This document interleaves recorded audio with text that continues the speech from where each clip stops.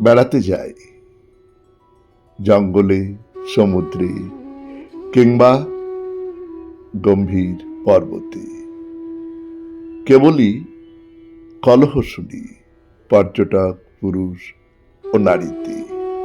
অবাক বিস্ময় শুনি সঙ্গী পুরুষের প্রতি রমণীর তীব্র ভর্ৎসনা।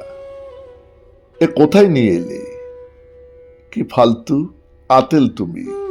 চতুর্দিকে মশা, বিচ্ছিরি গরম আর কচু বন, বাঁদর ঝুলছে গাছে গাছে, হোটেলে এসিও নেই, মধ্যরাতে চাঁদ নেই। এখানে দেখার কি আছে? ম্রিয়মান পুরুষটি যদি বলে, কেন এত ঘন পাইন বন, এত শান্ত বালুতট, বাতিঘর, সুনীল সমুদ্র, এত ধ্যানী গিরিশৃঙ্গ, উজ্জ্বল শাশ্বত তুষার, এ বিশ্বে কি চাও আবার?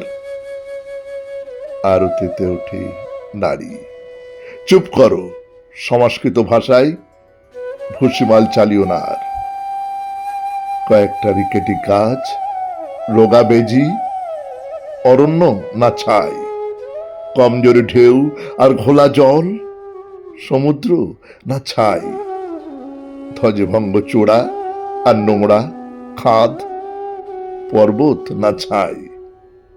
তোমাকে বিবাহ করে আমার জীবন হলো ছাই। রমণীর তিরস্কারে অরণ্য, পর্বত আর সমুদ্র নির্বাক। স্পষ্টই বুঝতে পারি এই গ্রহে পর্যটন বৃথায় বৃথায়। নমস্কার। শুনলেন কবিতা কেবলই কলহ শুনি, কলমে কবি রঞ্জিত দাস, উচ্চারণে আমি সুরজিৎ দাস।